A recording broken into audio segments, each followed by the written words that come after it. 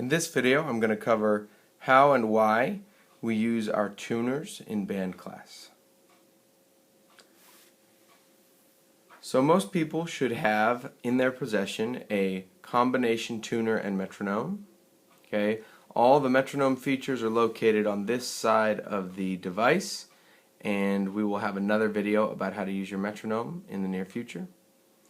All the tuner related functions are on this side. Okay, so to start, we turn the tuner on by pressing the power key. You have to really make sure you push it firmly to make sure that it gets all the way on.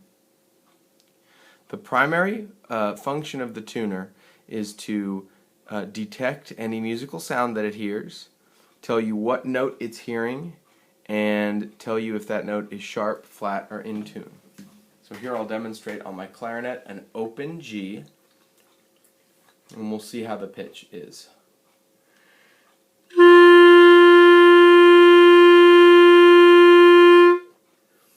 So when I played that open G, I got the green light in the middle of the tuner, and the needle was pointing straight up and down, which meant that that note was perfectly in tune with the correct frequency for a open G. If my note sounds flat, I'll demonstrate that. Then you will see the lower red light light up, and the needle will be in this quadrant.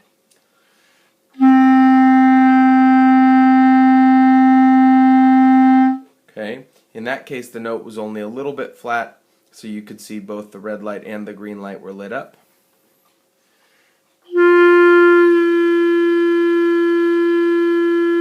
That time I played the note very flat, so you can see that the degree that you're flat is affected by the needle.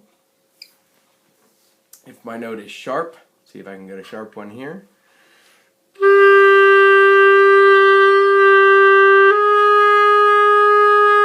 That was a little bit tougher for me to get a note to be sharp, but this light will light up and the needle will be in this quadrant. Okay, so when the note is sharp and it's over here, that's telling me that I need to find a way to bring the pitch down. When the note is flat, it's over here, that's telling me I need to find the way to bring the pitch up. This video is not about instrument techniques for affecting pitch, but just about how we read our tuners.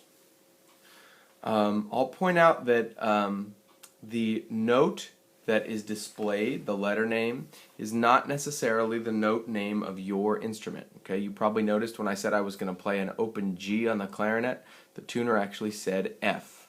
Okay, and that is because clarinet is a transposing instrument, and this type of tuner only shows the pitch in concert pitch. So this would be equivalent to the pitch on a piano, on a flute, an oboe, a trombone, etc. Okay, if you play a transposing instrument, you'll have to understand how the transposed pitch will show up on this window, and that's something for you to cover in your individual band classes in terms of your understanding of transposition. Another thing to point out about the tuner feature is this number right here, 440. Okay, this is called the calibration. 440 Hertz means that the note A is set to play at 440. Okay, it's very important that that number always says 440. That's the number that we've decided and agreed as a program, and basically throughout this country in bands for the most part, we agree that that's the calibration that we use. If that number gets changed by accident, maybe it gets squeezed in your binder, that's going to affect how the tuner reads your pitch, and it's going to result in the pitch not being correct, right? I could play perfectly in tune on my G with the tuner set at 437, and I'm going to be out of tune with my neighbor whose G is perfectly in tune at 440. So it's just something to get in the habit of checking. We want to make sure that we're always perfectly in tune, but we have our calibration perfectly set to 440. Okay?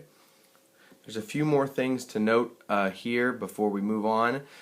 There's a sound button. And I've got the volume down here. There we go. And this will play as I push the button. Let's see. I can change the note when I have the sound on using the calibration buttons. Notice it's not changing the calibration now, it's only changing what note is displayed. This is a good technique when you want to practice using your ear to tune. So an example would be me playing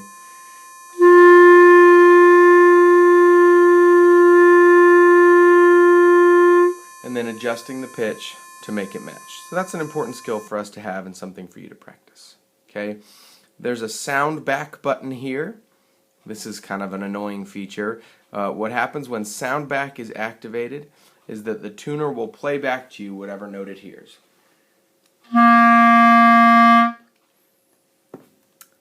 Well, when it's working. Doesn't seem like it's working right now.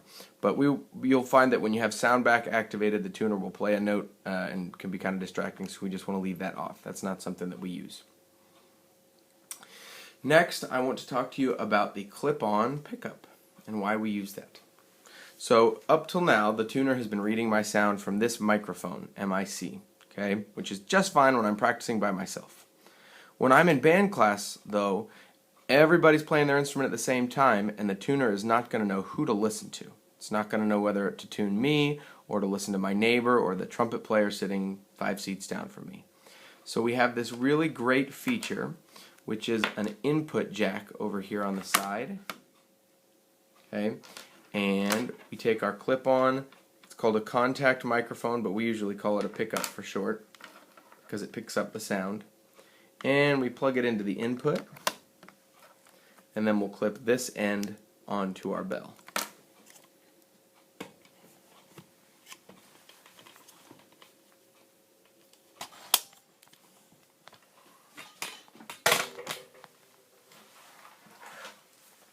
You want to place your tuner on your music stand and set it where you can see it at the same time as your music. In the meantime, I've got the clip attached to my instrument bell. That's the same for pretty much everybody. Flutes are going to clip it to the end of their flute just to keep the wire out of the way. Making sure that the wire is not interfering with you is pretty important. And now that I have my pickup attached, I can play during band class, and I'll always get a reference as to whether my note is in tune.